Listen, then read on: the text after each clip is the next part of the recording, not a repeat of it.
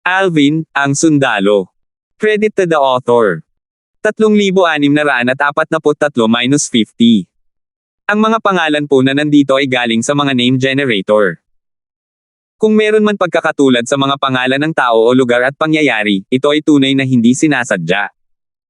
Humingi ka ba ng isa mula sa dekano? Bahagyang natokso si Alvin sa solusyon ni Darren. Gayunpaman, binaliwala niya ang mungkahi sa huli. Tutal, kung gagawin niya iyon, may utang siyang pabor kay Sergio. Ayaw niya ng utang na loob. Sa huli, sinabi niya ng may bahagyang ngiti, plano ko pa ring lumahok sa paglilitis. Ikaw. Naisip ni Darren na hikayatin muli si Alvin, ngunit nang makita niya ang determinadong titig ni Alvin, sumuko na siya. Sa huli, ang tanging nasabi niya lang ay, kung gayon, magsama-sama tayo sa panahon ng paglilitis. Magpipigil ang mga puwersang may ranggong hari kung sasama ako sa iyo. Bago pa makasagot si Alvin, dali-daling idinagdag ni Darren, huwag kang magkamali ng intindi. Hindi kita sinusubukang gamitin para makakuha ng mga trial point. Sigurado akong narinig mo na tanging ang mga nakapatay sa mga halimaw ang bibigyan ng mga puntos. Nag-aalala si Darren na baka hindi maintindihan ni Alvin ang kanyang intensyon nang imungkahi niya ang ideyang ito kaya mabilis niyang ipinaliwanag ang kanyang sarili. Pipigilan nila ang kanilang sarili dahil sa iyo. Naguguluhan si Alvin kay Darren. Pagkatapos, natatawang sinabi niya, kung tama ang mga alaala ko, natalo kita. Nagatubili sandali si Darren bago sinabi, hindi ko sinasabing natatakot sila sa lakas ko. Ang ibig kong sabihin ay baka matigil sila sa pag-iisip dahil sa aking pagkakakilanlan. Ang iyong pagkakakilanlan. Tinaas ni Alvin ang isang kilay habang nakatingin kay Darren ng may pagtataka. Kumusta naman ang iyong pagkakakilanlan? Tutal, kung ang pagkakakilanlan ni Darren ay makakapagpatigil sa pagkilos ng mga puwersang may ranggong hari sa Skywind City, hindi na niya kailangang tumira sa isang patio na nasa primitibong antas. Kapag dumating ang panahon, makikita mo mismo. Mahinang sabi ni Darren, halatang atubili siyang magsalita patungkol sa bagay na ito. Hindi itinuloy ni Alvin ang bagay na ito. Bukod dito, hindi mahalaga sa kanya kung ano ang pagkakakilanlan ni Darren dahil kaya niyang protektahan ang kanyang sarili. Hanggat walang mga hari ng mga Diyos sa lugar ng paglilitis, may kumpiyansa siyang mapapanatiling ligtas ang kanyang sarili. Maaaring hindi na niya kailangang tumakas mula sa isang grupo ng mga advanced na Diyos. Nangangahulugan ito na kung sakaling hindi niya sila makitungo, madali pa rin siyang makakatakas mula sa kanila. Sa anumang kaso, salamat sa iyong kabaitan. Tumango si Alvin kay Darren bago ito lumapit upang kunin ang kanyang divine pills. Babalik na sana si Alvin sa kanyang patio matapos makuha ang mga divine pills ng Alvin. Nang lumingon si Alvin, nakita niya ang isang binata na nakasuot ng kulay asul na damit, katamtaman ng pangangatawan at ordinaryong anyo na nagmamadaling papalapit sa kanya. Paano kita matutulungan? Hindi nakilala ni Alvin ang binata na nakasuot ng kulay cyan. Kasabay nito, ang voice transmission ni Darren ay umalangaw-ngaw sa mga tainga ni Alvin. Siya si Helen Song, isang miyembro ng angkan ng Song. Gayunpaman, hindi siya isang disipulo ng angkan. Kaya naman, ang kanyang katayuan sa angkan ay hindi maihahambing kay Kirby. Same time na sinabi ni Helen pagkarating niya sa harap ni Alvin, Alvin, ipinadala ako ng angkan ng Song upang ipahayag ang aming katapatan. Kung handa kang sumali sa aming angkan at manampag gamit ang panunumpa ng dugo ng puso ng demonyo na maging tapat sa angkan, makakalimutan ng angkan ang tungkol sa iyong alitan kay Young Master Kirby. Kung hindi, gumamit si Helen ng katahimikan upang maipaliwanag ang kanyang mga banta. Kung hindi, ano? Sumulyap si Alvin kay Helen na may bahagyang ngiti sa kanyang mukha.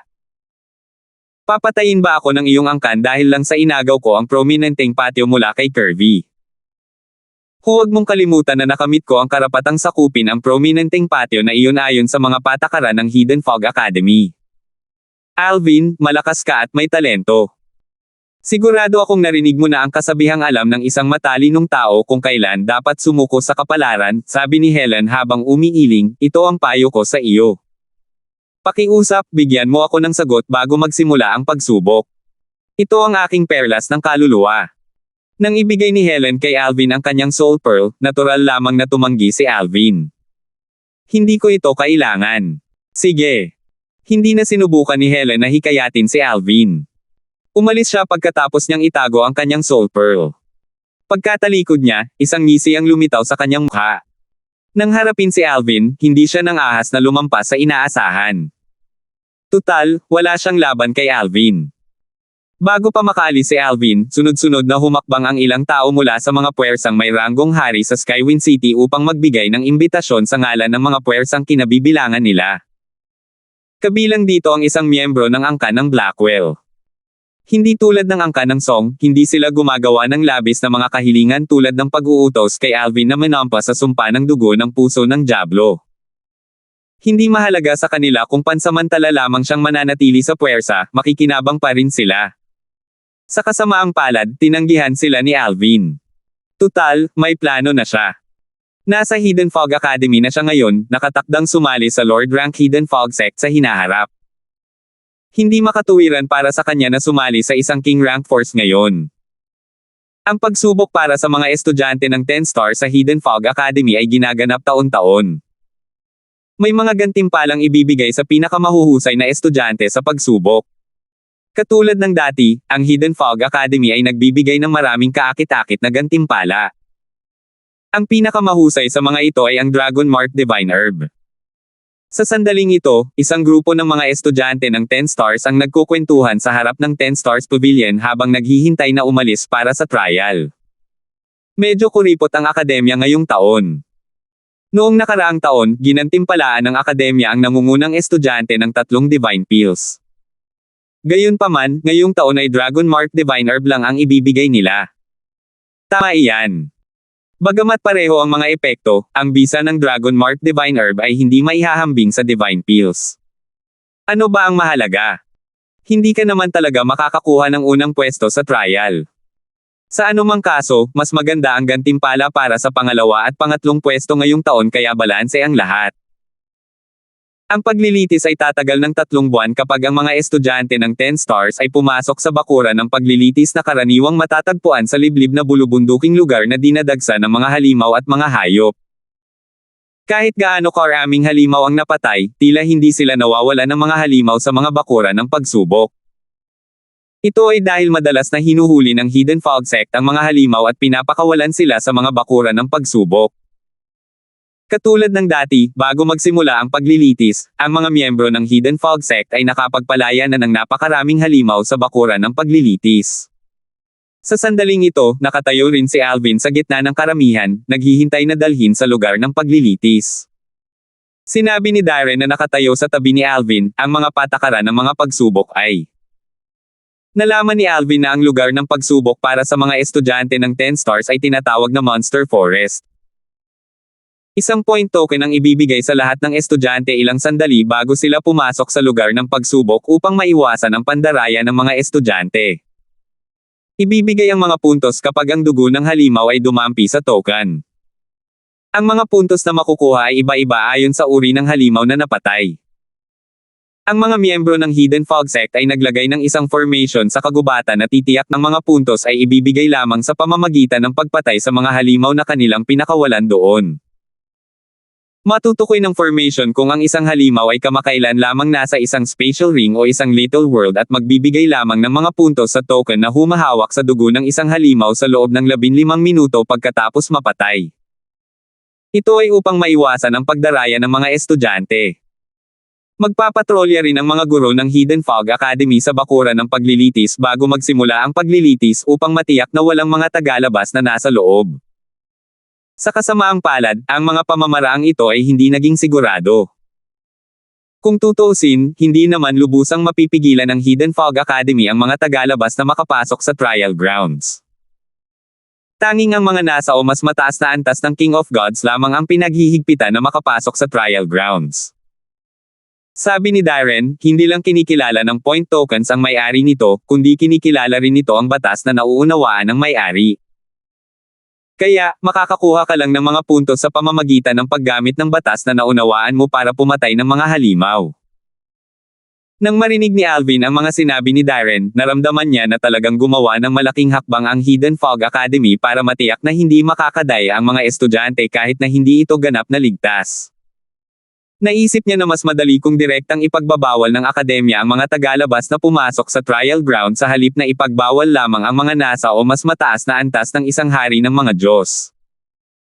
Nang tanungin niya si Darren tungkol dito, sinabi ni Darren na iniisip ng akademya na mas ligtas na maglagay ng isang formation na maghihigpit sa mga nasa antas o mas mataas sa isang hari ng mga Diyos. Tutal, maraming hari ng mga Diyos o yung mga mas malakas na bihasa sa formation ang madaling makapagpapawalang bisa sa isang pangkalahatang formation na hawad lang sa iba na makapasok. Bukod dito, bagamat ginamit ni Darren ang salitang restrict, sa katunayan, ang kasalukuyang formation ay hindi maaaring maghigpit sa mga hari ng mga Diyos o yung mga mas malakas. Magiging alarma lamang ito kung ang mga nasa antas o mas mataas sa mga hari ng mga Diyos ay lalapit o papasok sa trial ground. Bukod dito, walang mga formation master sa Hidden Fog sect. Sa huli, maaari na lamang silang umasa sa paggamit ng maraming restriction upang mabawasan ang posibilidad ng pagdaraya. Sa sandaling ito, sa isa sa mga sulok, isang binata na nakaabong damit ang lumapit kay Hongjun. Tiningnan niya ang figurang nakalila sa malayo ng may kumikislap na mga mata habang tinatanong si Hongjun, "Hongjun, natalo ka ba niya? Ganoon ba talaga siya kalakas?" 3,644. Sumulyap si Hongjun sa binata na nakaabong damit bago nagtanong ng walang tono, mayroong isang floating image pearl sa 10 Stars Pavilion na nag-record ng laban ko kay Alvin. Hindi mo ba ito tiningnan? Umiling ang binata na nakasuot ng kulay abong damit at sinabing may mapang uyam ng ngiti, "Kagagaling ko lang sa aking cultivation na may saradong pinto 2 araw na ang nakalipas. Noong pumunta ako para tumanggap ng Divine Pill sa 10 Stars Pavilion, pero ang ilang floating image pearls na nag-record ng iyong laban ay hindi pa lahat available. Maaaring humiram ang mga estudyante ng 10 stars ng floating image pearls mula sa 10 Stars Pavilion ng may kasamang mga kredito. Ang mga kredito ay karaniwang makukuha sa pamamagitan ng mga pagsubok. Ang mga puntos ay ginagamit para sa pagraranggo ng mga pagsubok at eco-convert sa mga kredito pagkatapos ng mga pagsubok. Ang mga kredito ay parang isang pera sa Hidden Fog Academy. Tanging mga kredito lamang ang maaaring gamitin para sa mga transaksyon sa akademya. Sa Hidden Fog Academy, maaaring humiram ng mga cultivation method, floating image pearls, at bumili ng lahat ng uri ng divine pills, divine fruits, divine herbs, at artifacts gamit ang mga credits. Hindi rin maaaring ilipat ang mga kredito. Ito ay upang maiwasan ang mas malalakas na estudyante na magbanta sa iba na ilipat ang mga kredito sa kanila. Muling nagtanong ang binata na nakaabong damit, nabalitaan kung hindi siya gumamit ng kahit anong divine artifact noong laban, pero halos hindi mo natagalan ang atake niya gamit ang divine artifact mo. Dahil alam mo na ang nangyari, kailangan mo pa ba akong tanungin ulit? Walang tonong sabi ni Hongjun, "Yiping, kung talagang interesado ka sa lakas niya, bakit hindi mo siya hamanin?" Nakatira siya ngayon sa isang prominenteng patio. Pumunta ka sa pavilion at humingi ng notice of challenge. Si Yiping ay kasing sikat ni Hongjun sa Hidden Fog Academy. Ang kanyang lakas ay maihahambing kay Hongjun. Gayunpaman, katulad ni Hongjun, dahil sa kanyang ordinaryong pinagmulan, hindi niya kayang sakupin ang isang prominenteng patio sa kabila ng kanyang lakas. Dahil dito, naging matalik siyang kaibigan ni Hongjun. Nang marinig ang mga sinabi ni Hongjun, galit na sinabi ni Yiping, "Walang hiya ka. Gusto mo ba talagang makita akong gawing tanga ang sarili ko ng ganito? Kumalma ka. Biro lang yan." Dahil na-master na niya ang triple fused profundity mula sa batas ng kalawakan, hindi natin siya matatalo kahit magsanib puwersa pa tayo, lalo na't labanan natin siya ng mag-isa, sabi ni Hongjun. Pagkatapos, inilipat niya ang tingin kay Alvin. Agad na naging seryoso ang kanyang ekspresyon. Hindi niya malilimutan ang labanan kung saan siya lubusang natalo ng isang taong mas bata sa kanya. Kasabay nito, may sumigaw, "Alvin!" Isang binata na nakasuot ng magandang damit ang lumitaw sa harap ni Alvin. Isang determinadong ekspresyon ang makikita sa kanyang mukha. Maliwanag ang kanyang mga mata, at kulot ang kanyang buhok. Kapansin-pansin ang kanyang anyo, at banayad ang kanyang aura, na nagpapaalala sa kanya sa isang sulyap lamang. Naisip ni Alvin na ang hitsura ng taong iyon ay isa sa mga pinakakakaiba na nakita niya. "Kumusta, ako si Norvin," pagpapakilala ng binata ng may ngiti sa mukha bago pa makapagsalita si Alvin. Norvin. Hindi bago kay Alvin ang pangalang ito. Noong una siyang dumating sa Hidden Fog Academy, nabanggit na ni Jason ang pangalang ito. Kaya, alam niyang si Norvin ay isa sa dalawang may karapatang manirahan sa isang prominenteng patio. Bukod dito, hindi rin naman masama ang kanyang pinagmulan. Anak siya ng sect leader ng isang puwersang may ranggong hari. Alvin. Tumango si Alvin bilang pagbati. Alvin, narinig ko ang tungkol sa iyo pagkatapos kong lumabas mula sa closed-door cultivation. Akala ko matututo tayo sa isa't isa, pero nalaman kong nasa closed-door cultivation ka pala, sabi ni Norvan. Malinaw na pala kaibigan siya. Patuloy niyang sinabi, bagamat hindi kita kayang tapatan, bilang isang taong nakakaintindi rin sa batas ng kalawakan, gusto kong makipagpalitan ng mga pananaw. Hindi araw-araw ay nakakakilala ako ng isang taong hindi lamang mas bata kundi mas malakas din kaysa sa akin na nakakaintindi rin sa batas ng kalawakan. Hindi mo ikakahiya na makipagpalitan ng mga pananaw sa akin dahil lang sa mas mahina ako kaysa sa iyo, tama ba?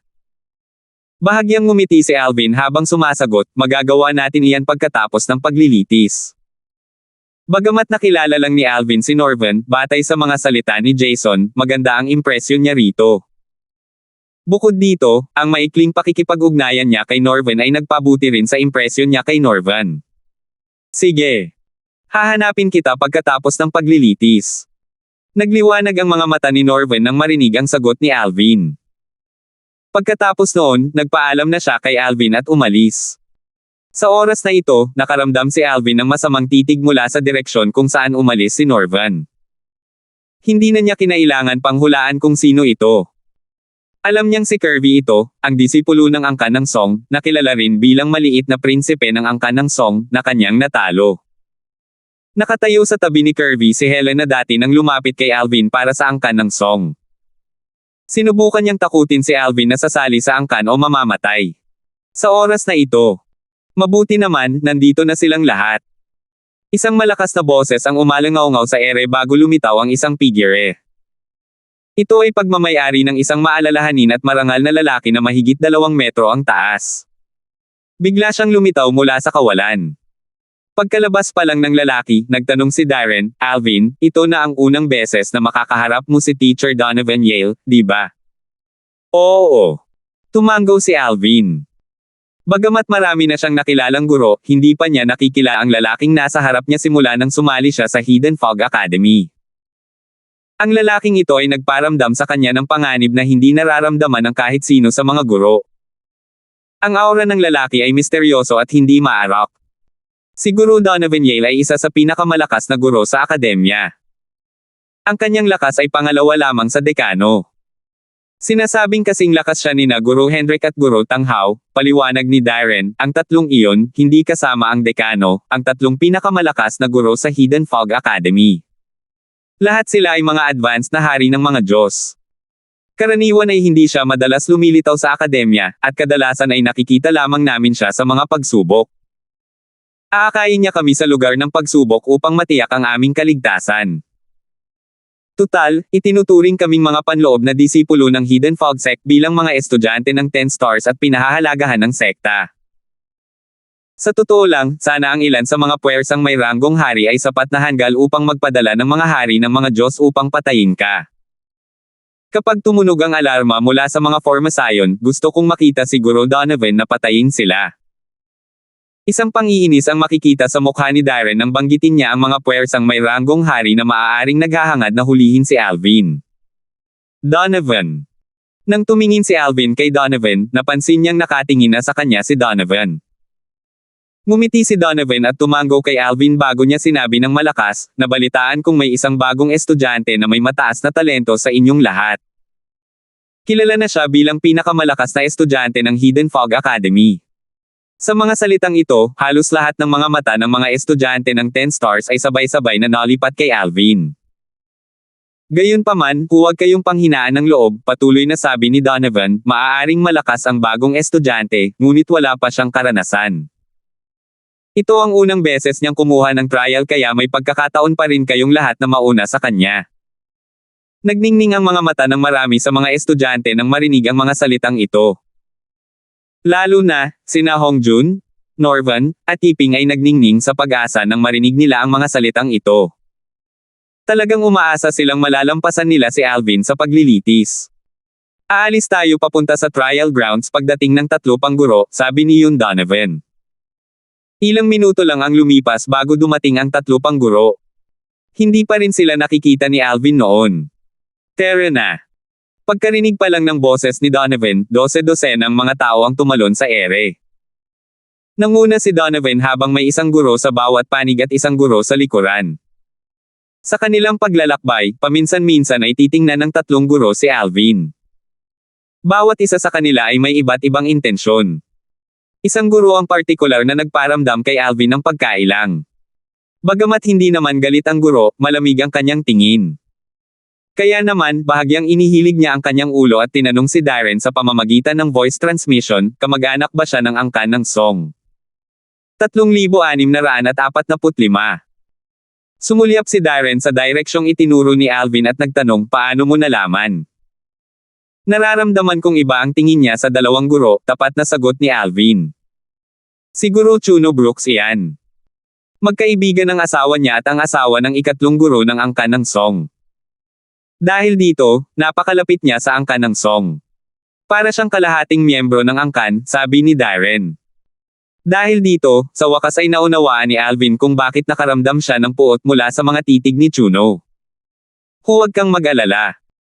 Kahit may koneksyon siya sa angkan ng song, hindi siya maglalakas loob na gumawa ng kahit ano sa presensya ni Teacher Donovan maliban na lang kung gusto na niyang mamatay. Sa pinakamatagal, ipapakita niya ang lokasyon mo sa angkan ng song. Kahit na ganoon, malabong makapagbigay ang angkan ng ganitong impormasyon sa kanila, sabi ni Darren.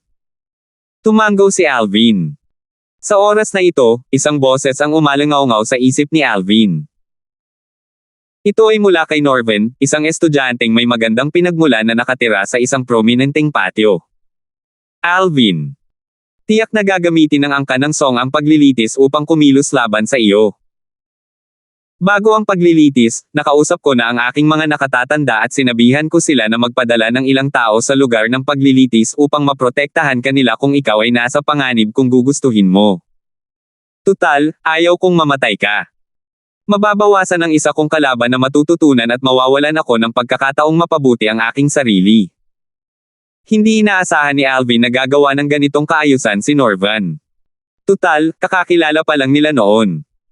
Pumayag lang siyang makipagpalitan ng pananaw kay Norvan pagkatapos ng paglilitis. Salamat. Gayunpaman, sa palagay ko ay kakayanin ko ito, sabi ni Alvin sa pamamagitan ng voice transmission. Bagamat medyo naantig siya, tinanggihan pa rin niya si Norvan. Sa katunayan, mas madaling umasa kay Norvan dahil kaya niyang manatiling tahimik. Gayunpaman, dahil doon, may utang na loob siya kay Norvan at sa puwersang kinabibilangan niya. Ayaw magkaroon ng pabor sa kahit sino maliban na lang kung talagang kinakailangan. Bukod dito, nakaisip na siya ng plano. Kahit na ilantad niya ang ilan sa kanyang lakas sa pagkakataong ito, sisiguraduhin niyang hindi niya ilantad ang kanyang mga kahangahangang kakayahan. Kung mas ipapakita niya ang kanyang lakas, mas bibigyan siya ng importansya ng Hidden Fog Sect. Bagamat mahalagang manatiling tahimik upang maiwasan ang selos, kinakailangan na ipakita ang kanyang lakas paminsan-minsan. Ang kailangan lang niyang matutunan ay balansehin ang dalawa. Sige, tugon ni Norvan, sasabihin ko sa kanila na bumalik na. Hindi hinikayat ni Norvan si Alvin na tanggapin ang kanyang tulong at madali niyang tinanggap ang desisyon ni Alvin. Mas lalong naging kanais-nais ang tingin ni Alvin kay Norvan nang makita niya kung gaano determinado at prangka si Norvan. Bukod dito, walang duda na napakabukas palad ni Norvan na magbigay ng ganoong alok kahit na hindi natatakot si Norvan sa angkan ng song. Patuloy silang lumipad sa likuran ni Donovan habang mabilis na dumadaan ang tanawin sa kanila. Maya-maya, umalangaw-ngaw sa tainga ni Alvin ang pagpapadala ng boses ni Darren. Alvin, malapit na tayo sa lugar ng paglilitis. Tandaan mo ang sinabi ko at sumunod ka sa akin. Hindi na kailangan yan. Gaya ng inaasahan, tinanggihan ni Alvin ang alok ni Darren. Kung sana si Darren ay katulad ni Norvan. Maraming beses na niyang tinanggihan si Darren, ngunit tila hindi nawala ng pag-asa si Darren. Natural, hindi siya nagalit. Tutal, alam niyang sinusubukan lang siyang tulungan ni Darren. Hindi niya masabi kay Darren na may kumpiyansa siyang mapapatay ang isang grupo ng mga matataas na Diyos. Tutal, kahit ang pinakanatatanging intermediate na Diyos sa Hidden Fog sect ay hindi kayang gawin ang ganoong bagay. Magmumukha lamang siyang nagyayabang kung sasabihin niya ang mga ganoong salita. Nandito na tayo. Huminto si Donovan sa itaas ng isang malaking clearing na napapalibutan ng mga kagubatan at bundok. Pagkatapos, tumingin siya sa mga estudyante at sinabing, ibibigay ko na ang inyong mga point token ngayon. Huwag kalimutang angkinan ang pagmamayari ng inyong mga token kapag nakuha na ninyo ang mga ito. Pagkatapos ninyong angkinan ang pagmamayari, mananatili kayong may pananagutan sa inyong mga token.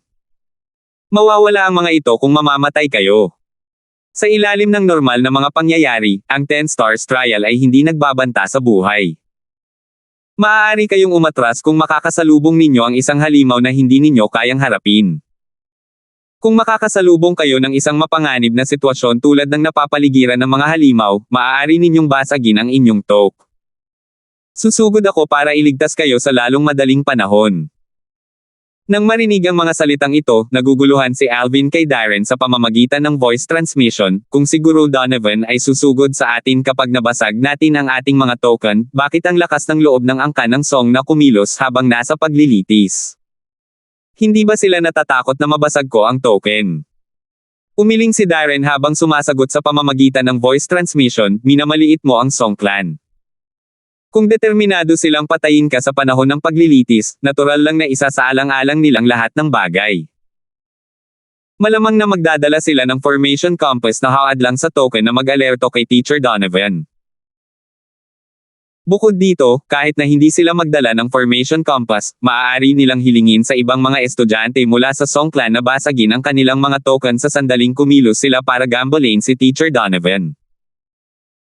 Patuloy na sinabi ni Darren, walang paraan na ang isang puwersang may ranggong hari tulad ng angkan ng Song ay darating ng hindi handa.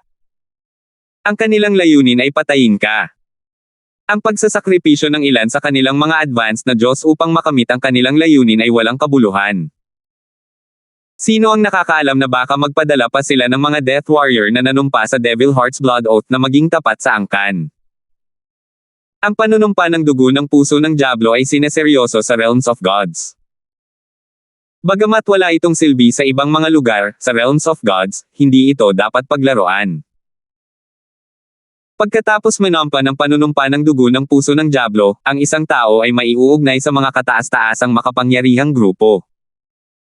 Kung lalabagin ng isang tao ang kanyang panunumpa, magpapadala ang mga kataas-taasang grupo ng mga tauhan ng mga ito ng kanilang mga tauhan upang tugisin ang lumalabag sa panunumpa. Kahit ang mga kataas-taasang Diyos ay hindi makakataka sa mga bunga ng paglabag sa panunumpa ng dugo ng puso ng Diablo. Sa mga pagkakataong hindi kayang patayin ng mga nasasakupan ng mga Supreme Powerhouse ang kanilang target, isa sa mga Supreme Powerhouse ang personal na kikilos. Ang paglabag sa sumpa ng dugo ng puso ng Diablo ay parang pagyurak sa pagmamataas at dignidad ng mga kataas-taasang makapangyarihang nilalang. Kaya, paano kaya matitiis ng mga kataas-taasang makapangyarihang nilalang ang mga lumalabag sa sumpa? Swoosh! Swoosh! Swoosh! Sa pagkakataong ito, itinaas ni Donovan ang kanyang kamay.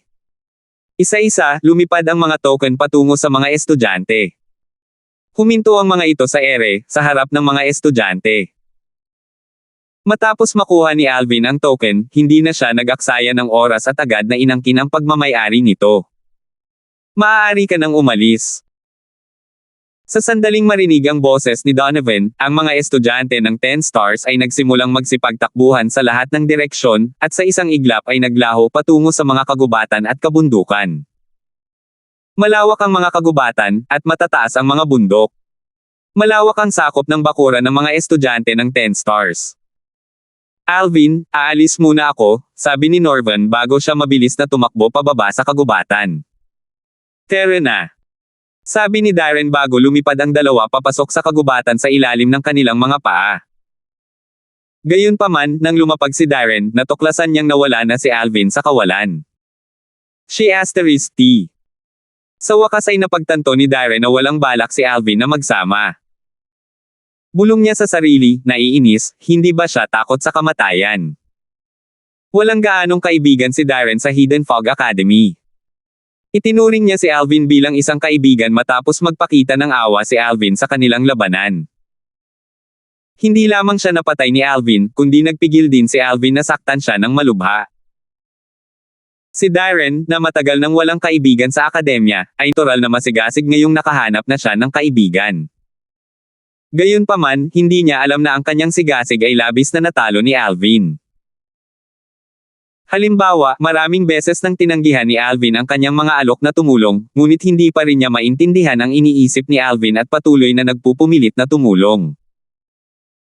Samantala, halos nahulaan ni Alvin na maaaring may malakas na pinagmulan si Darren nang paulit-ulit na sinabi ni Darren na ligtas siya hanggat nananatili siya sa tabi ni Darren. Gayunpaman, katulad ng dahilan kung bakit niya tinanggihan ang tulong ng iba, ayaw niyang magkaroon ng utang na loob kay Darren. Bukod dito, naramdaman niyang kaya niyang lutisin ang problemang ito ng mag-isa. Naalala ni Alvin ang mga sinabi ni Darren. Kailangan nating manghuli at pumatay ng mga halimaw sa lugar ng pagsubok. Pagkatapos mapatay ang mga halimaw, tandaan na hayaang madikita ng iyong token ang dugo ng halimaw na iyong mapapatay para makakuha ng mga puntos. Kailangan mo rin itong gawin sa loob ng isang takdang oras. Kung ang mga bahagi ng halimaw ay mahalaga, maaari mo itong kunin para sa iyong sarili. Ang ating bilis at mga pamamaraan sa pagpatay ng iba't ibang halimaw ay susuriin din sa panahon ng pagsubok. Mayroong iba't ibang halimaw na may iba't ibang gawi. Halimbawa, ang ilan ay aatake lamang kapag may grupo ng mga tao. May ilan na hindi nagbabanta. Ang ilan ay hindi sulit na manggaso dahil aabutin ng masyadong matagal bago sila mapatay. Marami nang natutunan si Alvin tungkol sa paglilitis mula kay Darren bago pumasok sa bakuran ng paglilitis. Kaya naman, mayroon na siyang ideya kung ano ang gagawin at kung ano ang hindi dapat gawin. Samantala, sa kaibuturan ng kagubatan, sunod-sunod na lumitaw ang mga pigire. Lahat sila ay palihim na gumalaw, at ang kanilang pinuno ay tila ang payat na pigire na nangunguna. Natanggap ko lang ang mensahe ni Young Master Kirby. Pumasok na si Alvin sa trial grounds. 3,646. Ang pinuno ay isang payat na matandang lalaki na may mabangis na ekspresyon at matalas na titig. Isang dosenang binata at nasa katanghaliang gulang na lalaki ang nakatayo sa likuran niya ng walang ekspresyon. Para silang isang kawan ng mga nagugutom na lobo, at ang matandang lalaki ang kanilang alpha. Hanapin ninyong mabuti ang target at iwasang matuklasan. Ipaalam ninyo sa iba sa sandaling matagpuan ng sino man sa inyo ang target. Kapag nagtipon na ang lahat, sabay-sabay tayong kikilos. Papatayin natin siya sa isang suntok lang. Tandaan na huwag kayong kikilos ng mag-isa. Wala sa inyo ang makakatapat niya sa isang laban, walang tonong sabi ng matanda, sige, umalis na kayo. Naiintindihan ko, sabay-sabay na sagot ng halos 12-dosenang lalaki bago sila naghiwa-hiwalay sa lahat ng direksyon. Ang mga lalaking ito ay madaling gumalaw sa kagubatan. Para silang ipinanganak na mangangaso. Madali silang humahalo sa kanilang kapaligiran kaya karamihan sa mga tao ay mahihirapan silang matukoy kahit na malapit lang sila. Ang grupong ito ng mga kalalakihan ay mga mandirigmang kamatayan na kinultiba ng angkan ng Song na may ranggong hari sa Skywind City. Ang kanilang tungkulin ay magsagawa ng mga lihim na misyon para sa angkan at isakripisyo ang kanilang buhay para sa kanilang layunin kung kinakailangan. Kasabay nito, ilang grupo ng mga tao sa iba't ibang lugar ang nagkalat din sa iba't ibang direksyon ng kagubatan. Ang mga grupo ay may average na 6 na katao. Ang mga taong ito ay mga mandirigmang Death Warrior mula sa iba pang puwersang may ranggong hari sa Skywind City na ipinadala upang patayin si Alvin. Maging ang angkan ng Blackwell ay kabilang sa mga puwersang may ranggong hari na nilayong paksain si Alvin. Gustong patayin ng angkan ng Miguel Alvin dahil nasaktan niya ang Kirby at ang angkan ng Song. Tutal, kung patuloy na lalala si Alvin, malamang na maging banta siya sa angkan ng Song sa hinaharap. Sa kabaligtaran, nais patayin ng ibang puwersang may ranggong hari si Alvin upang masisi nila ang pagkamatay nito sa angkan ng Song. Nais nilang gamitin si Alvin upang pabagsakin ang kanilang kakompetensya. Bukod dito, ang pag-alis sa isang prodigy na tumangging sumali sa kanila ay magiging kapaki-pakinabang lamang sa kanila. Mataas sa ibabaw ng bakuran ng paglilitis. Mukhang hindi lang ang angkan ng Song ang nagpadala ng kanilang mga tao rito. Bulong ni Donovan habang umiiling at binawi ang kanyang banal na kamalayan. Napakalawak ng bakuran ng pagsubok para sa estudyante ng 10 stars na kahit ang banal na kamalayan ng isang maunlad na hari ng mga Diyos tulad ni Donovan ay kayang sakupin lamang ang isang bahagi ng bakuran. Elder Donovan. Tawag ng isa sa mga gurong nakatayo sa gilid. Sumingit si Donovan nang may bahid ng pagkainip, ilang beses ko na bang sinabi sa iyo na hindi mo na ako kailangang tawagin bilang isang elder kapag nasa Hidden Fog Academy tayo. Humihingi po ako ng pamanhin, Guro Yale, nahihiyang sabi ng guro. Pagkatapos, seryoso niyang sinabi, nasa panganib si Alvin. Talaga bang mananatili tayo rito at walang gagawin? Sino ang may sabing wala tayong gagawin? Sabi ni Donovan, papatayin natin ang mga hanggal na hari ng mga Diyos na nagtatangkang pumasok ng walang pahintulot sa bakuran ng paglilitis. Pagkatapos, makahulugan niyang sinabi, ano sa palagay mo, Guro Chuno? Si Chuno, na tila nawawala sa kanyang iniisip, ay bumalik sa kanyang katinoan at mabilis na nagsabi, tama ka, Guro Yale. Sa katunayan, hindi man lang narinig ni Chuno ang mga sinabi ni Donovan. Wala nang pagkakaiba kung narinig niya ang mga sinabi ni Donovan o hindi, sasang-ayon pa rin siya sa kahit ano Donovan. Bagamat lahat sila ay mga guro ng Hidden Fog Academy, natural lamang na mayroong hierarkiya. Hindi lamang nagkaroon ng magandang relasyon si Donovan kay Sergio, ang dekano ng Hidden Fog Academy, kundi may mataas din na posisyon si Donovan sa Hidden Fog Sect. Nagboluntaryo lamang si Donovan na maging guro sa akademya upang maibsan ang kanyang pagkabagot at makaiwas sa mga makamundong gawain na kailangan niyang harapin sa sekta. Sa kabaligtaran, nagboluntaryo lamang si Chuno bilang guro kaya maganda ang magiging itsura nito. Dahil dito, umaasa siyang mapataas ang ranggo niya pagbalik niya sa Hidden Fog Sect. Isa pang guro ang tumingin kay Chuno at nagtanong, Guro Chuno, malamang nagpadala ang angkan ng Song ng maraming tao rito para patayin si Alvin, di ba? Bahagyang nagbago ang ekspresyon ni Chuno. Sinubukan niyang itago ang ekspresyon bago umiling at sinabing, wala akong ideya. Gayunpaman, sa palagay ko ay hindi maglalakas loob ang angkan ng Song na gawin ang ganoong bagay. Sa tingin mo ba ay hindi sila nangangahas na gawin ang ganoong bagay? Naramdaman lang ni Teacher Yu na maraming tagalabas sa bakuran ng paglilitis.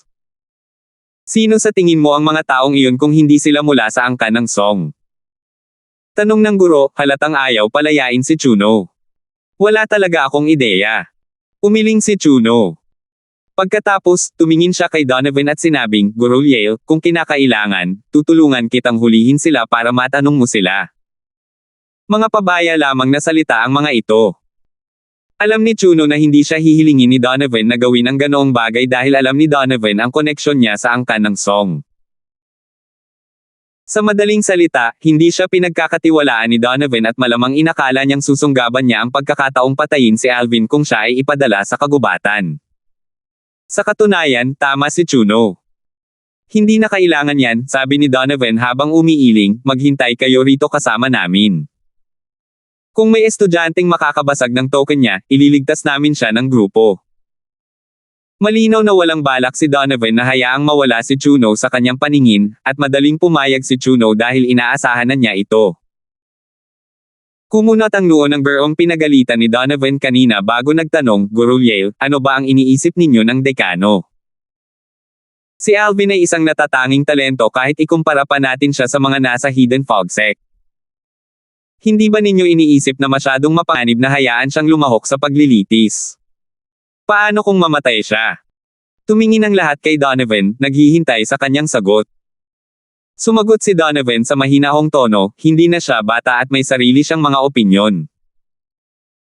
Dahil hindi siya pumunta sa dekano para humingi ng exception, patunay ito na gusto niyang lumahok sa paglilitis. Sa ganitong mga sitwasyon, sa tingin mo ba ay nararapat para sa akin at sa dekano na pigilan siyang lumahok sa paglilitis? Bukod dito, interesado kami sa kanyang kumpiyansa. Kung mamamatay siya, isa na lamang siyang maliit na alikabok sa kasaysayan ng Hidden Fog Academy.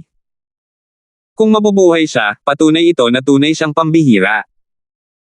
Sinabi ng dekano na kung mabubuhay siya, isasaalang-alang niya ang pagpapahintulot kay Alvin na sumali sa sekta bilang isang pangunahing disipulo at bibigyan siya ng pinakamahusay na mga mapagkukunan. Napagtanto ito ng ibang mga guro. Tila gustong subukan ng dekano ang lakas ni Alvin. Maya-maya, nagkatinginan sila sa gulat nang maalala nila ang mga salitang core disciple. Kung sasali si Alvin sa sekta bilang isang pangunahing disipulo, ang kanyang katayuan ay magiging katulad ng sa kanila, mga inner elder. Bukod dito, hindi pa nagkaroon ng higit sa 100 pangunahing disipulo ng sabay-sabay sa Hidden Fog sect. Si Alvin, na palihim at mabilis na naglalakad sa kagubatan, ay walang kamalay-malay na nagpasya ang dekano na huwag makialam nang harapin niya ang mga taong ipinadala upang pumatay. Paano niya malalaman na gusto ng dekano na subukan ang kanyang lakas? Hindi makikialam ang mga guro maliban kung makialam ang mga hari ng mga Diyos. Bagamat isang mahiwagang nilalang si Alvin, marami pa ring katulad niya o mas magaling pa sa kanya sa Hidden Fog sect. Kaya naman, hindi natakot ang dekano na isugol ang buhay ni Alvin para lamang subukan ang lakas ni Alvin. Swoosh! Swoosh! Swoosh! Patuloy na mabilis na gumalaw si Alvin sa kagubatan, walang hadlang. Pinatay niya ang lahat ng halimaw na kanyang nakasalubong anuman ang kanilang lakas at laki. Wala sa mga halimaw ang nakayanan siyang lumaban ng higit sa isang hininga. Hindi lamang niya ginamit ang kanyang triple fused profundity mula sa batas ng kalawakan, kundi ginamit din niya ang kanyang primitive divine artifact na walang kaluluwa ng artifact. Ang espada ay nakatulong sa kanya na umani ng buhay ng hindi mabilang na mga halimaw. Pagkalipas ng ilang araw, nagsimulang mawala ng bilang si Alvin sa mga halimaw na napatay niya. Nagsimula na siyang magsawa sa pagpatay sa mga halimaw. Sa sandaling ito, nakaramdam si Alvin ng kakaibang pagbabago sa hangin. Agad na sumilay ang isang ngisi sa kanyang mukha habang lumiwanag ang kanyang mga mata. Tumigil siya sa paggalaw habang iniisip ang sarili, nandito na sila sa wakas. 3,647. Matapos matuklasan ng Kaoy na hinalang presensya, hindi umalis si Alvin. Sa halip, dahan-dahan siyang naglakad-lakad. Nang matiyak niyang sinusundan nga siya, napagpasyahan niyang ito ay ang mga mandirigmang kamatayan na ipinadala ng isa sa mga puwersang may ranggong hari sa Skywind City. Bagamat ang taong nakasunod sa kanya ay isang bihasang Diyos at bihasa sa pagbabalat kayo, hindi niya naiwasan ang pagtuklas ni Alvin dahil sa nakahihigit na pandaman ni Alvin na hinasa mula sa kanyang karanasan bilang isang sundalo sa kanyang nakaraang buhay. Madali niyang natuklasan ang mga bakas ng kanyang stalker. 2-3 tao, nang maramdaman ni Alvin ang parami ng paraming tao, alam niyang ang unang taong nakakita sa kanya ay dapat tumawag ng karagdagang sundalo. Hindi ba sila aatake? Naghihintay pa ba sila ng mas maraming tao? Kung ganoon nga, dapat ko muna silang harapin. Pagkaraan ng ilang sandali, nang hindi pa rin kumikilos ang mga mandirigmang kamatayan, napagtanto ni Alvin na naghihintay sila sa pagdating ng mga tao. Swoosh! Kumislap si Alvin at naglaho sa ere. Ang 2 binata at isang lalaking nasa katanghaliang gulang na nagtatago sa likod ng isang malaking puno ay nagulat sa biglaang pagkawala ni Alvin. Agad nila itong hinanap. Sa sandaling ito, hinahanap mo ba ako?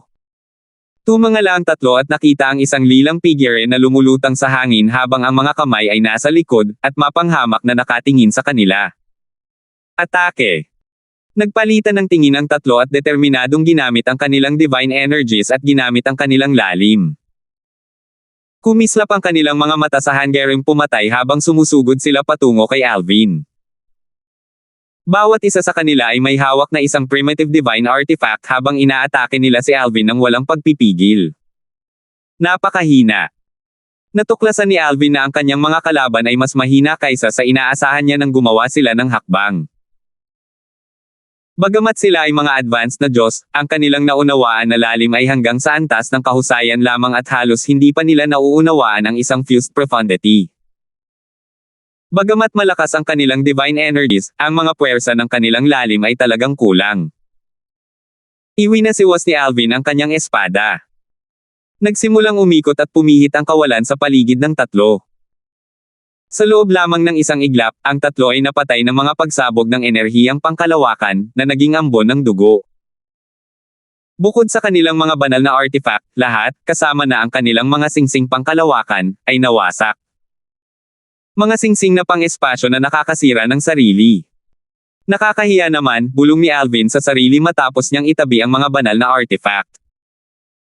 Naisip niya na sayang nga lang na ang mga singsing ay mga singsing na pang-espasyo na nakakasira ng sarili.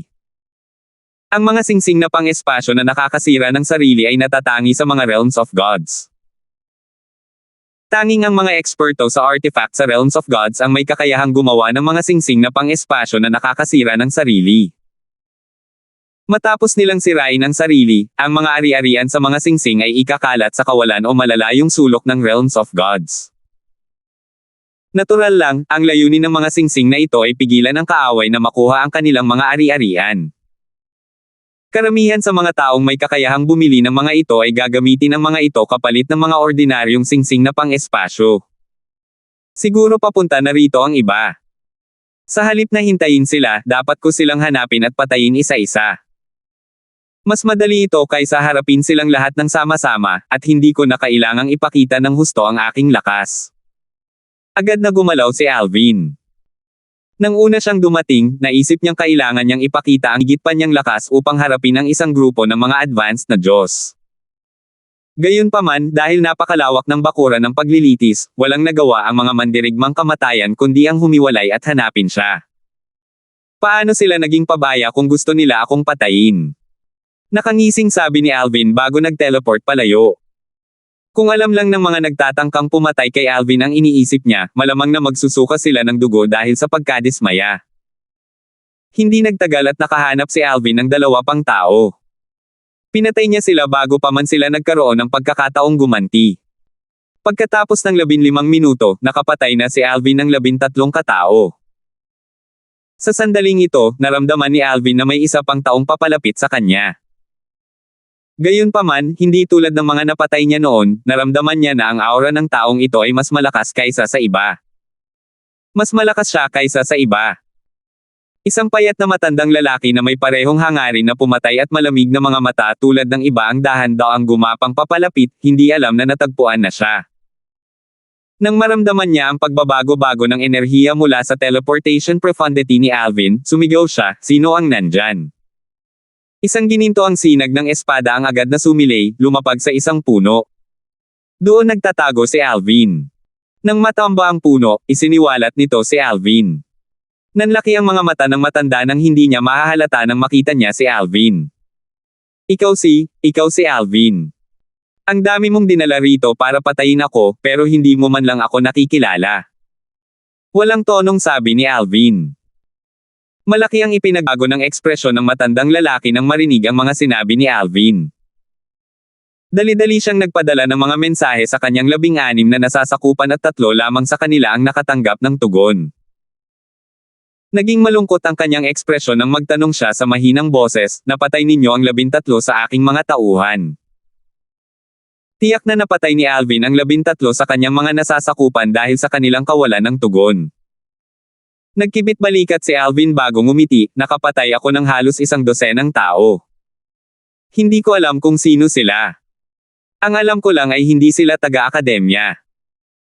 "Minamaliit kita," sabi ng matanda bago nagtanong ng may galit, "Paano mo sila pinatay?" Ito ay isang mahalagang tanong. Kung sabay-sabay silang papatayin ni Alvin, alam niyang kailangan niyang umatras.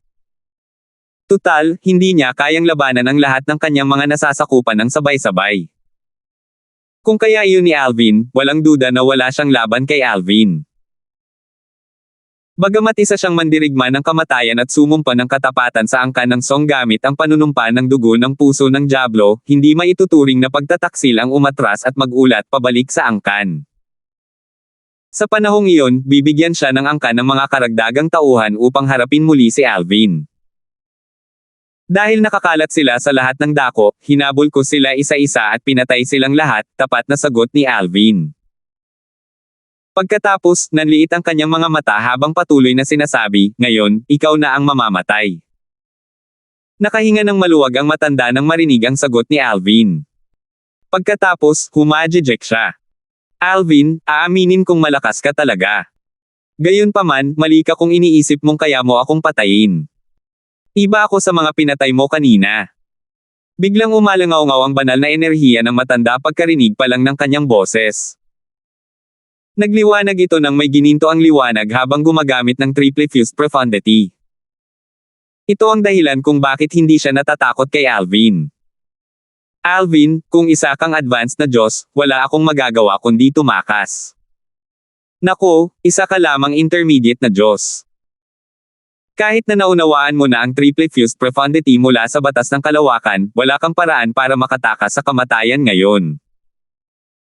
Dahil doon, nagpadala ang matandang lalaki ng mga gininto ang sinag ng espada patungo kay Alvin mula sa lahat ng direksyon. Pagkatapos, sumugod siya patungo kay Alvin na may hawak na mahabang sibat. Ang mahabang sibat, isang banal na artifact, ay nagniningning ng napakaliwanag, at ang aura nito ay nakakatakot. Paano mo ako kinaya na atakihin kung mahina ka naman?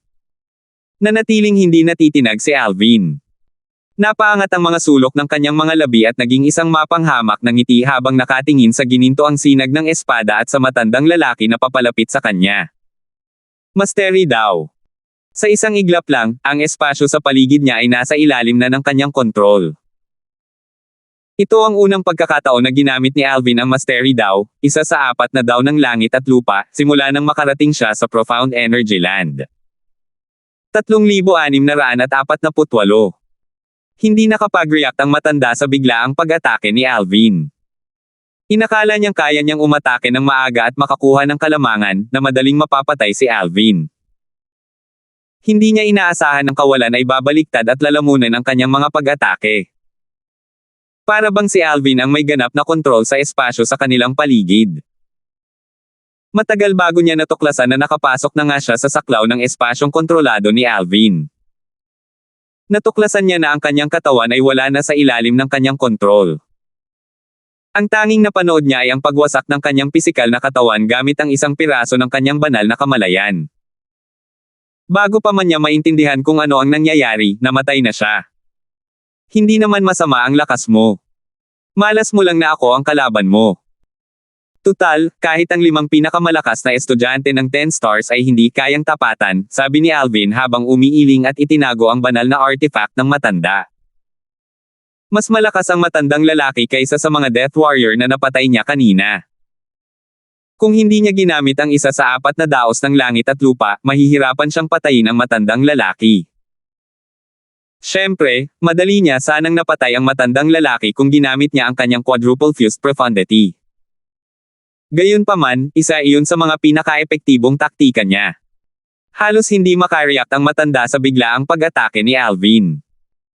Akala niya ay kaya niyang atakihin si Alvin ng maaga at madali niya itong mapatay. Gayunpaman, hindi niya inaasahan na isang nakakatakot na kaguluhan sa kalawakan ang lilito at nilamon ang kanyang atake habang papalapit siya kay Alvin. Para bang may ganap na kontrol si Alvin sa kahit ano at sino man sa loob ng espasyong iyon.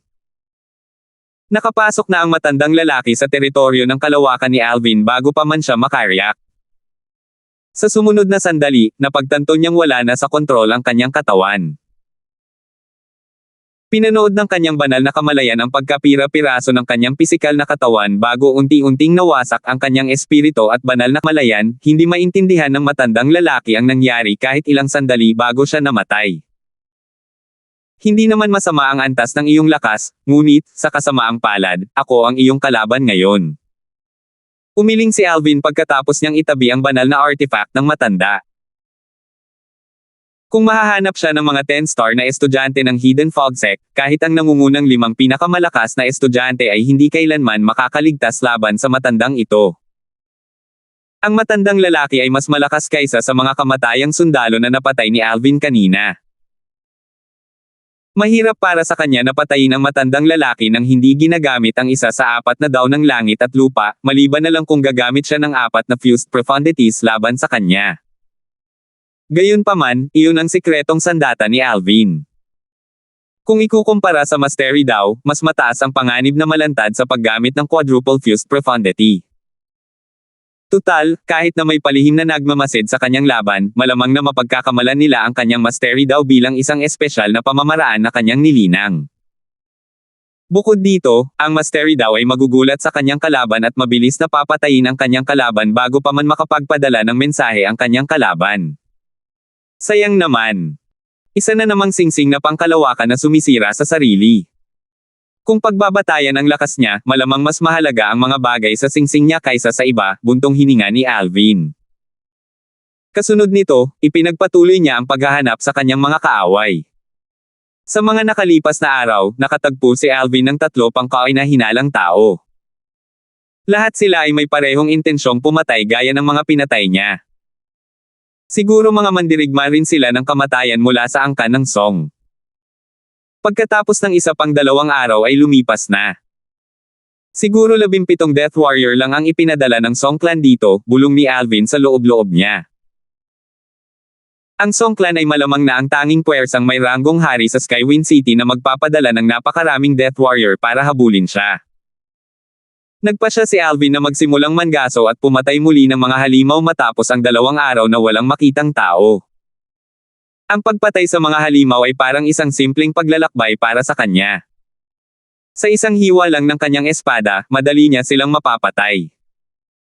Dahil doon, patuloy na mabilis na tumataas ang kanyang mga puntos.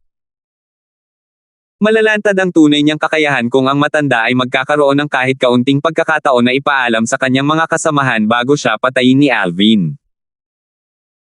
Kaya naman, nagpasya si Alvin na gamitin ang Mastery daw laban sa matanda dahil walang makakaalam kahit palihim siyang binabantayan. Maaaring ituring nila itong isang espesyal na pamamaraan na natutunan ni Alvin. Bukod dito, ang biglaang paglitaw ng Mastery daw ay magugulat sa kanyang kalaban at pipigil sa kanya na magpadala ng mga mensahe bago siya mamatay. Sayang naman. Mayroon din siyang self-destructive spatial ring. Kung pagbabatayan ang antas ng kanyang lakas, malamang ay marami siyang kayamanan, buntong hininga ni Alvin. Pagkatapos, nagpatuloy siya sa paghahanap sa paligid. Sa mga sumunod na araw, ay nakasalubong siyang 3 pangkainahinalang tao na may parehong aura gaya ng mga taong pinatay niya nitong mga nakaraang araw. Siguro iisa lang ang grupo ng mga tao. Kung hindi ako nagkakamali, malamang galing sila sa Song Clan. Ang Song Clan ang tanging puwersang may ranggong hari sa Skywind City na magpapadala ng napakaraming Death Soldier para kay Alvin. Mukhang 17 Death Soldiers lang ang ipinadala ng Song Clan. Matapos ang 2 araw pang paggala, sa wakas ay nilisan ni Alvin ang lugar at ipinagpatuloy ang kanyang paglalakbay sa pagpatay sa mga demonyong halimaw. Ang pagpatay sa mga demonyong halimaw sa training ground ay napakadali para kay Alvin, madali niya silang mapapatay sa isang hiwa lamang ng kanyang espada. Bilang resulta, ang mga puntos sa kanyang points accumulating token ay patuloy na tumaas ng husto. Napakalaki ng pagkakaiba ng ating lakas. Kahit si Hongjun pa, kaya ko siyang patayin sa 1 o 2 suntok gamit ang aking divine artifact gamit ang parehong lakas na ginamit ko noong una nating labanan. Sa katunayan, ang mga halimaw sa trial ground ay hindi mahina. Kahit ang nangungunang 5 pinakamalakas na 10-star students ng Hidden Fog Academy ay mahihirapan sa pagpatay sa ilan sa mga halimaw sa trial grounds.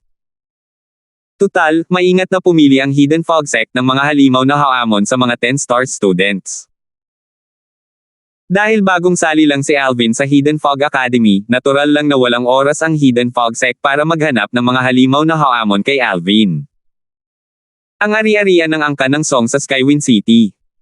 Punong-puno ang tao ang main hall kahit na maaga pa. Si Miguel, na nagmamadaling bumalik mula sa isa sa mga restoran ng angkan, ay nagtanong kay Rostan na nakaupo sa tabi ng pangunahing upuan, ikatlong kapatid, anong nangyari? Bakit mo kami ipinatawag dito ng napakabilis? Ngayon ang araw ng paglilitis sa mga estudyante ng 10 stars, hindi ba? Huwag mong sabihing may nangyari sa ating mandirigmang kamatayan. Nang marinig ang mga salitang ito, ang mga matataas na miyembro ng angkan ng Song ay tumingin kay Rostan ng may pag-aalala, naghihintay sa kanyang sagot. Patay na silang lahat, malungkot na sabi ni Rostan. Kasing tahimik ng isang sementeryo sa sandaling ito. Lahat, kasama na si Miguel, ay gulat na gulat at hindi makapaniwala. 17 mandirigmang kamatayan ang namatay. Bukod dito, isa sa kanila ay isa sa 3 pinuno ng mga mandirigmang kamatayan. Ang lakas ng pinuno ay kapantay ni Miguel, ang ika-4 na guro ng angkan ng Song. Nang makabawi si Miguel, nagtanong siya sa seryosong tono, napatay ba sila ng Hidden Fog Academy? Hindi. Umiling si Rostan. Nagpadala ng mensahe si Elder Chuno kanina. Sinabi niya na walang balak makialam ang dekano. Nakikita niya ito bilang isang pagsubok sa lakas ni Alvin. Kung makakaligtas si Alvin, isinasaalang-alang niya na gawing exception si Alvin at papayagan siyang sumali sa Hidden Fog Sect bilang isang pangunahing disipulo. Isang pangunahing disipulo. Sapat ba ang talento ni Alvin para maging isang pangunahing disipulo? Bakit naman gagawin ng dekano ang ganoong bagay? Nalito ang lahat sa mga sinabi ni Rostan. Simula nang itatag ang sekta, wala pang 100 pangunahing disipulo ang nasa Hidden Fog Sect. Ang mga pangunahing disipulo ay wala pang 10,000 taong gulang at hindi na ituturing na mga pangunahing disipulo pagkatapos lumampas sa edad na iyon. Gayunpaman, mula roon, magtatapos sila upang maging isang pangunahing elder ng sekta. Maaari pa nga nilang piliing sumali sa sekta na may ranggong emperador na kinabibilangan ng Hidden Fog Sect. Bagamat kailangan nilang magsimula sa pinakamababang ranggo pagkatapos sumali sa sekta na may ranggong emperador, ang kapaligiran sa paglilinang at mga mapagkukunan ay mas nakahihigit kaysa sa Hidden Fog Sect. Natural lamang ito dahil sa malaking pagkakaiba sa pagitan ng puwersang may ranggong Panginoon at puwersang may ranggong emperador. Dahil dito, ang pagiging isang pangunahing disipulo ay isang garantiya na ang isang tao ay makakasali sa isang puwersang may ranggong emperador sa hinaharap. Lalo na't ang puwersang may ranggong emperador, ang angkan ng Song ay nag-iingat na sa isang sekta na may ranggong Panginoon tulad ng Hidden Force Sect. Imposible. Tiyak na may tumulong sa kanya. Paano niya nagagawang patayin ang 17 mandirigmang kamatayan, kasama na si Elsa, ng mag-isa? Bulalas ni Miguel, na puno ng hindi makapaniwala. Sang-ayon ako, tango ni Rostan. Pagkatapos, seryoso niyang sinabi, kung ganoon nga, ibig sabihin nito ay may tumutulong sa kanya. Mukhang hindi magiging madali para sa atin na patayin siya. Sino kaya iyon? Kumunat ang noo ni Miguel. Nawala sa isip ni Rostan ang tanong na ito. Nang makabawi siya sa kanyang katinoan, sinabi sa akin ni Chuno na tila gustong-gusto ni Norvan na makipagkaibigan kay Alvin. Ilang araw na ang nakalipas, ang ika-5 elder ng 10,000 Live Sect, si Dylon, na nakadestino sa Skywind City, ay umalis sa kanyang base patungo sa trial grounds ng estudyanteng 10 stars. Ang 10,000 Live Sect ay isa ring puwersang may ranggong hari na kapantay ng angkan ng Song sa Skywind City. Si Norvan ang young master ng 10,000 Live Sect. Upang protektahan si Norvan, si Dylon, isang mataas na antas ng Diyos, ay nakapwesto sa Skywind City. Sekta ng 10,000 dahon. Kumunat ang noo ni Miguel. Malamig niyang sinabi, anong problema ni Norvan? Hindi ba niya alam na may mga alitan ng angkan ng Song kay Alvin? Paano niya nagawang makipagkaibigan kay Alvin? Hindi ba siya natatakot na masaktan ng ating angkan ng Song? Umiling si Rostan. Sino ang nakakaalam? Ano ang gagawin natin kung ang ating mga mandirigmang kamatayan ay talagang napatay ng mga mula sa 10,000 Live Sect? Hindi natin maaaring hayaan na lang ang bagay na ito, hindi ba? Galit na tanong ni Miguel. Siyempre, hindi. Malamig na kumislap ang mga mata ni Rostan. Bagamat kapantay ng ating angkan ng 10,000 Live Sect, hindi natin sila hahayaang makalusot sa pagpatay sa ating mga tauhan. Kailangan nilang pagbayaran ang kanilang mga ginawa. Sa sandaling ito, biglang sumimangot si Rostan. Anong problema, ikatlong kapatid? Tanong ni Miguel nang makita ang pagbabago sa ekspresyon ng mukha ni Rostan. Sabi ni Rostan na may kakaibang ekspresyon sa mukha, nakatanggap lang ako ng mensahe. Bumalik si Dylon at ang kanyang mga tauhan sa Skywind City bago namatay si Elsa. Gayunpaman, si Dylon lang ang tanging isa mula sa 10,000 Live Sect na may kakayahang pumatay kay Elsa. Agad na sumiklab ang kaguluhan sa pangunahing bulwagan ng lupain ng angkan ng Song. Ibig bang sabihin nito ay walang kinalaman ang pagkamatay ni Elsa at ng mga mandirigmang kamatayan sa 10,000 Live Sect? Hindi maaaring sila yan. Kung gayon, sino kaya iyon? Nagsanib puwersa ba ang mga mandirigmang kamatayan mula sa iba pang puwersang may ranggong hari upang patayin si Elsa? Imposible. Magkakaroon ng oras ang ating mga mandirigmang kamatayan para magpadala ng mga mensahe pabalik kung ganoon nga ang kaso. Malinaw na namatay na ang ating mga mandirigmang kamatayan bago pa man sila magkaroon ng pagkakataong gumanti. Habang inaalam pa rin ng mga tao mula sa angkan ng Song kung sino ang pumatay sa kanilang mga Death Warrior, nagsimulang malaman ng iba't ibang puwersang may ranggong hari sa Skywind City ang pagkamatay ng kanilang mga Death Warrior. 3,649. Hindi lang ba sila isang grupo? Siguro galing sila sa ibang puwersang may ranggong hari sa Skywind City. Habang abala si Alvin sa pagpatay sa mga halimaw, natuklasan niya ang isa pang taong sumusunod sa kanya. Katulad ng dati, nakipag-ugnayan ang tao sa kanyang mga kasama, at nagtipon silang lahat upang harapin si Alvin. Sa kasamaang palad, katulad din ng dati, lahat ng mga taong ito ay pinatay ni Alvin. Matapos mapatay ang ilan pang mga mandirigmang kamatayan, natuklasan ni Alvin na wala ng ibang sumusunod sa kanya. Nakuha ko ba ang lahat? O tinawag ba sila pabalik ng kani-kanilang puwersa matapos matuklasan ang mga nabasag na soul pearls ng iba? Hindi nagtagal matapos lumitaw ang kaisipang ito, nakahanap si Alvin ng isa pang grupo ng mga mandirigmang kamatayan. Sinadya niyang iniwang buhay ang isa sa kanila upang mapagtanto niya ang kabilang panig. Sa kasamaang palad, hindi sinagot ng mandirigmang kamatayan ang mga tanong ni Alvin at direktang nagpakamatay. Pagkatapos noon, ng ilang panahon, hindi na nakatagpo si Alvin ng kahit sinong mandirigmang kamatayan. Kung isasaalang-alang kung paano pinili ng mandirigmang kamatayan na magpakamatay, alam ni Alvin na ang mga mandirigmang kamatayan ay tiyak na nanumpa sa panunumpa ng dugo ng Herd Devil na maging tapat sa kani-kanilang puwersa. Malamang din na ang mga mandirigmang kamatayan na ito ay may mga kamag-anak sa kani-kanilang puwersa na ginagamit upang takutin sila. Bagamat hinangaan ni Alvin ang determinasyon at katatagan ng mga mandirigmang kamatayan, alam niyang hindi siya maaaring magpakita ng awa sa kanila. Tutal, ang kanilang layunin ay patayin siya. Kaya naman, paano niya maliligtas ang kanilang buhay? Sa lahat ng mga mandirigmang kamatayan na nakatagpo ni Alvin, wala ni isa ang kasing lakas ng matandang lalaki mula sa angkan ng Song. Dahil dito, maiisip lamang ng isa kung gaano kadali para sa kanya na patayin ang iba pang mga mandirigmang kamatayan. Hindi na nakatagpo si Alvin ng kahit sinong Death Warrior pagkatapos noon. Ang mga tanging taong nakatagpo niya pagkatapos noon ay ang mga estudyante ng 10 Stars ng Hidden Fog Academy. Ang mga estudyanteng 10 Stars na binabati ni Alvin ng may paggalang at tinatawag siyang Brother Darfield. Bagamat baguhan pa lamang siya, napatunayan na niyang mas malakas siya kaysa sa kanilang lahat.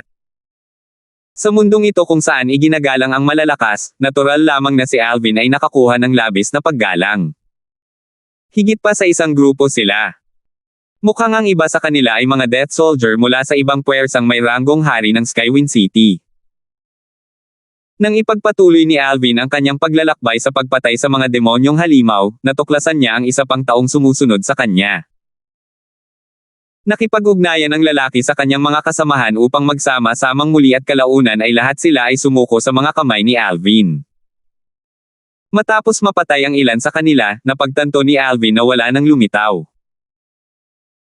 Kung tungkol naman kay Alvin, kahit hindi niya kilala ang mga estudyanteng 10 Stars na nakasalubong niya, kahit hindi masyadong masigla ang kanyang tugon, ngiti at tango pa rin ang kanyang isasagot sa kanila. Habang naglilibot si Alvin sa bakuran ng paglilitis, ang isip niya ay napunta kay Kirby. Iniisip ko kung makakasalubong ko si Kirby. Kapag nakita ko siya, tiyak na papatayin ko siya, naisip ni Alvin sa sarili habang kumislap ang kanyang hanggang pumatay. Nagalit si Kirby nang tanggalan siya ni Alvin ng karapatang manatili sa prominenteng patio para sa mga estudyante ng 10 Stars sa Hidden Fog Academy. Bagamat ginawa ito ni Alvin ayon sa mga patakaran ng akademya, nagkimkim pa rin ng galit sa kanya si Kirby at ang angkan ng Song. Dahil dito, nagpadala pa nga ang angkan ng Song ng kanilang mga Death Warrior upang patayin si Alvin. Sa katunayan, kung hindi ipinadala ng angkan ng Song ang mga mandirigmang kamatayan upang patayin si Alvin, hindi sana napatay ni Alvin si Kirby.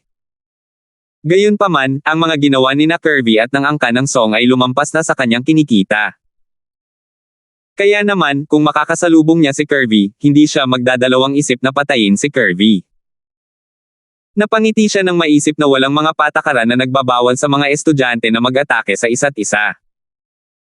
Natural na walang kaalam-alam si Kirby na hinatulan na siya ni Alvin ng kamatayan sa kanyang puso. Sa oras na ito, nakatanggap lang siya ng mensahe mula kay Rostan, ang ikatlong guro ng angkan ng Song, na humihiling sa kanya at kay Helen na umalis agad sa bakuran ng mga estudyante ng 10 stars at manatiling malapit kay Chuno. Bakit, ikatlong tiyo? Naguluhan si Kirby sa mensahe ni Rostan. Hindi niya maintindihan kung bakit kinailangang umalis agad sila ni Helen sa bakuran ng paglilitis. Si Helen, na muling nakipagkita kay Kirby kamakailan lamang, ay nalito rin matapos ipaalam ni Kirby ang mensahe ni Rostan sa kanya. Maya-maya, nagbago ang ekspresyon ng kanyang mukha bago siya nagtanong, "Young Master Kirby, anong nangyari? Buhay pa kaya si Alvin?" Nagdilim ang ekspresyon ni Kirby. Nagngalit ang mga ngipin niya, "Tama ka. Hindi lang siya buhay, kundi pati na rin ang 17 Death Warrior, na pawang mga advanced gods, ay patay na rin. Kasama rito si Elder Elsa." Nagningning ang kanyang mga mata sa hanggaring pumatay habang patuloy niyang sinasabi, "Kapag nalaman ko na ang pagkakakilanlan ng taong tumulong kay Alvin, hindi ko na siya pakakawalan." Malakas na nag-isip si Helen, maaari kayang mga miyembro ito ng 10,000 Live Sect. Mukhang determinado si Norvin na makipagkaibigan kay Alvin, kung tutuusin. Iyan ang unang naisip ni Third Uncle. Gayunpaman, nang mamatay si Elder Elsa, si Dylon, ang ikalimang elder ng 10,000 Live Sect, at ang kanyang mga tauhan ay nakabalik na sa Skywind City. Si Dylon lamang ang may kakayahang pumatay kay Elder Elsa, ngunit napatunayan na hindi niya ito ginawa. Kaya, malabong sangkot sina Norvin at ang 10,000 Live Sect sa bagay na ito. Sa anumang kaso, umalis muna tayo. Kailangan na nating itigil ang paglilitis sa pagkakataong ito. Bahagyang nag-aatubili si Kirby nang magsalita ito. Gayunpaman, sinunod pa rin niya ang utos ni Rostan at nilisan ang bakuran, at bumalik sa kinaroroonan ng mga guro. "Guru Yale, nasugatan kami kaya umalis kami sa lugar ng paglilitis." Mukhang nasa masamang kalagayan sina Kirby at Helen nang magkita sila sa mga guro mula sa Hidden Fog Academy. May bahid ng dugo ang mga gilid ng kanilang mga labi.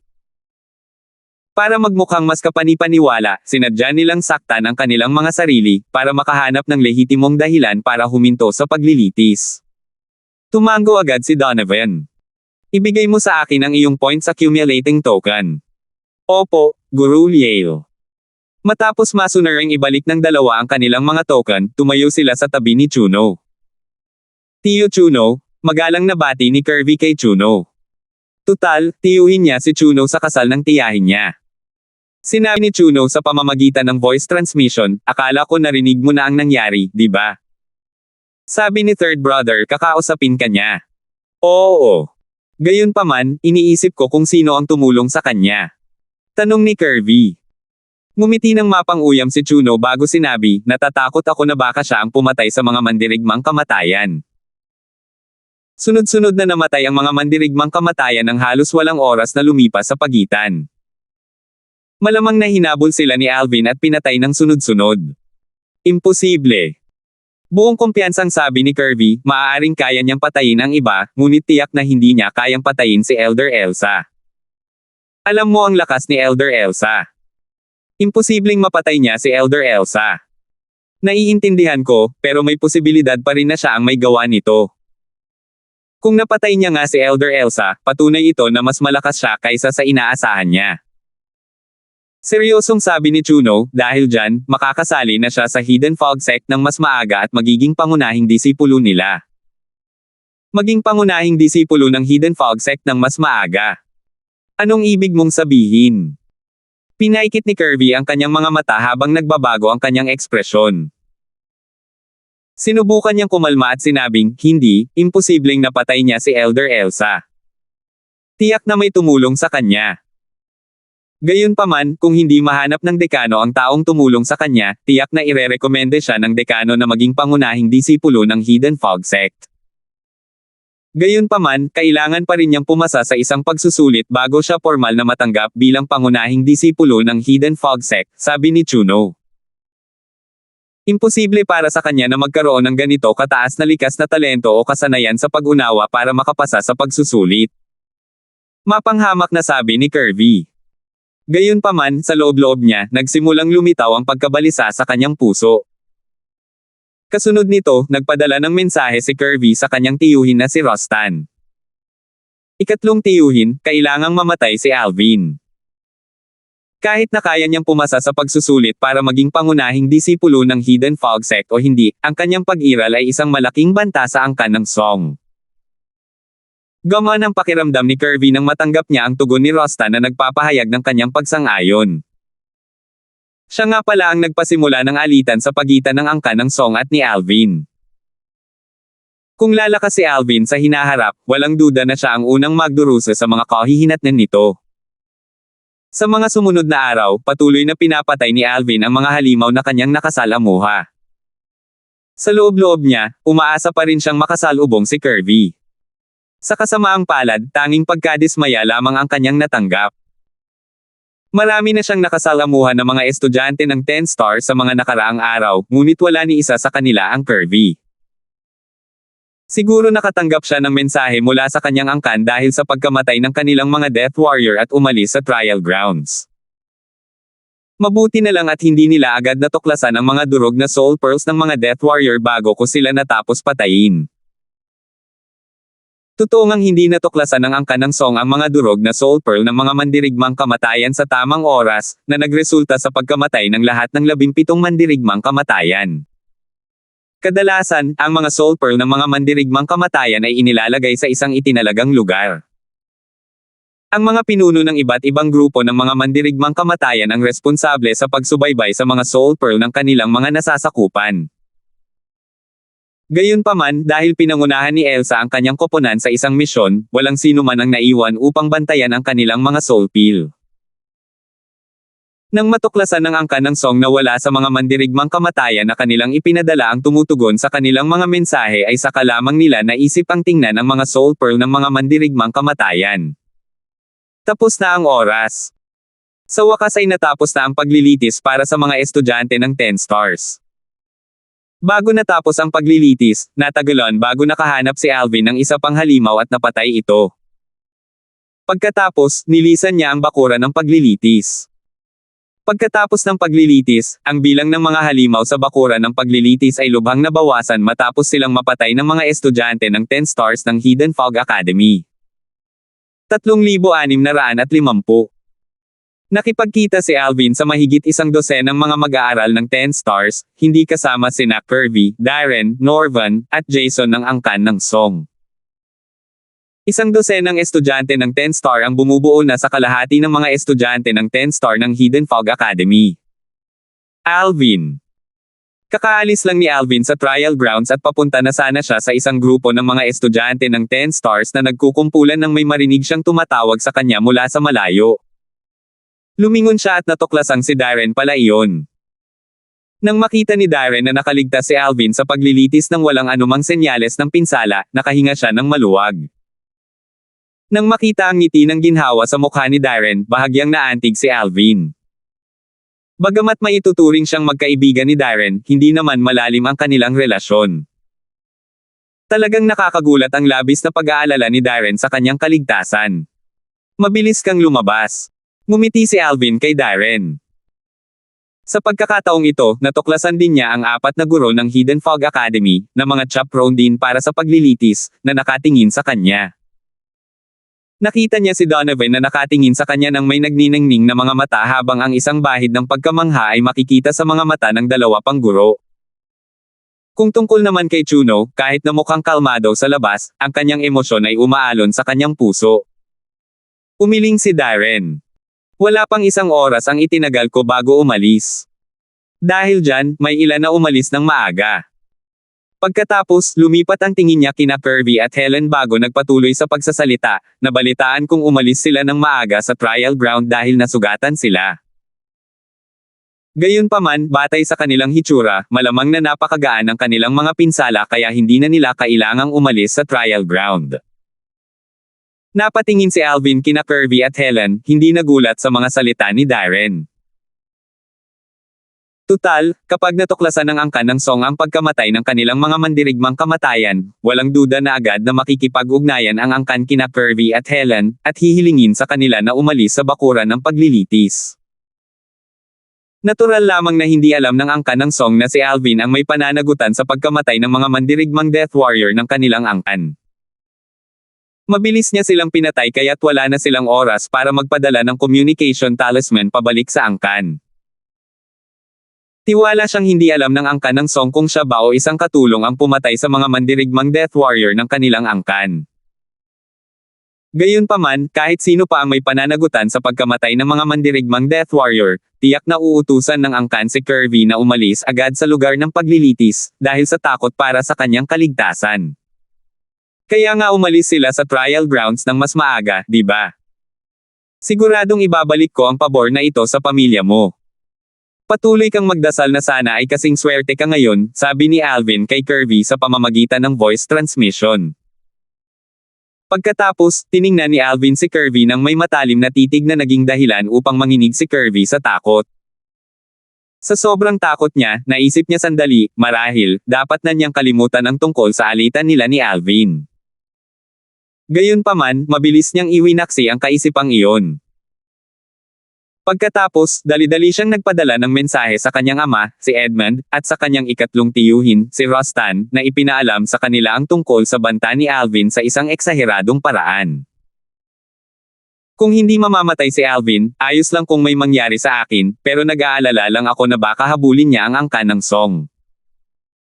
Nang matanggap ni na Edmund at Rostan ang mensahe ni Kirby, parehong kumislap ang kanilang mga mata sa hanggaring pumatay. Pareho silang hari ng mga Diyos kaya madaling maramdaman ng iba sa kanilang paligid ang kanilang hanggaring pumatay. Si Davan, ang pinuno ng angkan ng Song, ang unang nagtanong, pangalawang kapatid, anong nangyari? Nagmamadaling isinalaysay ni Edmund ang mga sinabi ni Kirby, dahilan para magyelo ang ekspresyon ni Davan. Katulad ng kanyang dalawang kapatid, kumislap din sa kanyang mga mata ang hanggaring pumatay. Sabi niya, hintayin mong makaisip ako ng plano. Kailangan nating patayin si Alvin. Kung hindi, magdudulot lang siya ng gulo sa ating angkan sa hinaharap.